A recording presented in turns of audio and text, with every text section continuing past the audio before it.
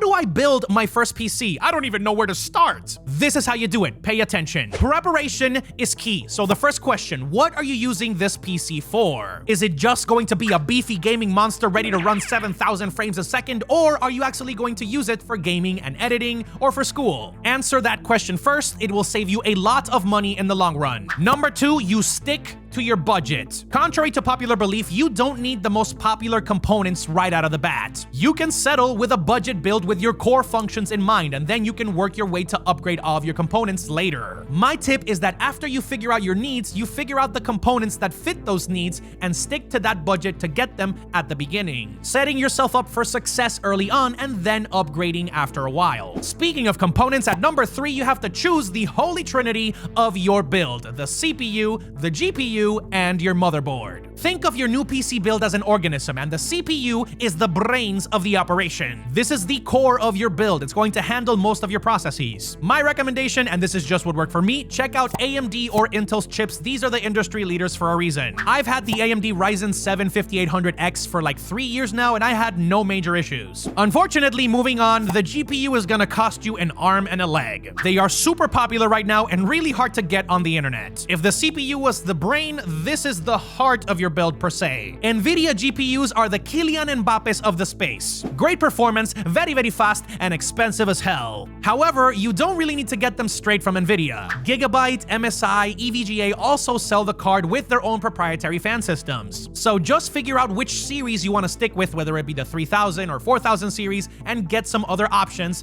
to maybe get one that you want, because that will also influence which motherboard you need to get and how you should optimize it. In my case, I got scammed for an RTX 3080 as soon as they came out, so make sure that you go to an authorized reseller or even a micro center if you have one close to you. If you get one open box, meaning that it was sold and given back to the store in perfect conditions or near perfect conditions, you can save yourself a couple $100. The motherboard is the last piece of your bottleneck. Think of it as the skeleton. This holds all of your components together: the CPU, the storage, the power supply, everything. And overall, its capabilities influence the upgrades that you're going to be able to do hardware-wise moving forward. I personally got the Asus ROG Strix X570E, I believe, when I first made my build. It looked pretty. It lit up. It had all the bells and whistles at that time, but now for the newer cards and the newer RAMs, I'm probably going to have to upgrade. The most important thing is that you don't want to be like me. Make sure that every single part of your components is compatible. How do you do that? A neat little website called PCPartPicker.com. No, this is not an ad. You want me to prove it? I have a really fat ass. That is America's ass.